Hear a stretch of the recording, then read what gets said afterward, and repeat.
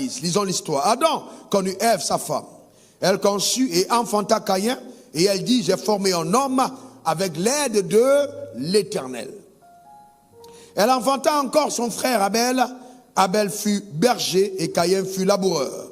Au bout de quelque temps, Caïn fit à l'Éternel une offrande des fruits de la terre. Et Abel, de son côté, en fit une des premiers-nés de son troupeau et de leur graisse. L'Éternel porta un regard favorable, notez-le bien, sur Abel et sur son offrande. Sur Abel et sur son offrande. Mais il ne porta pas un regard favorable sur Caïn et sur son offrande. Caïn fut très irrité et son visage fut abattu. Et l'Éternel dit à Caïn, pourquoi es-tu irrité? Et pourquoi ton visage est-il abattu? Certainement, si tu agis bien, tu relèveras ton visage. Et si tu agis mal, le péché se couche à la porte et ses désirs se portent vers toi, mais toi domine sur lui. Cependant, Caïn adressa la parole à son frère Abel.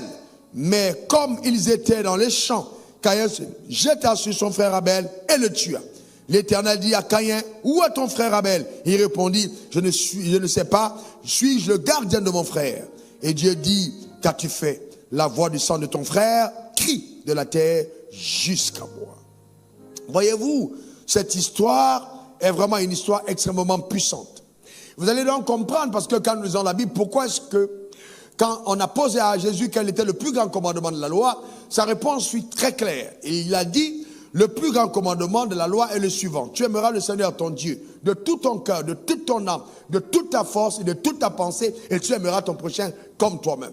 En d'autres termes, il a ramené la loi à une loi majeure qui est la loi de l'amour. Et pourquoi la loi de l'amour? C'est simple, parce que vous allez comprendre que l'amour est de Dieu et la haine est du diable. Donc nous ne pouvons pas prétendre être de Dieu et opérer avec l'influence de la haine. Cependant, la haine est tellement subtile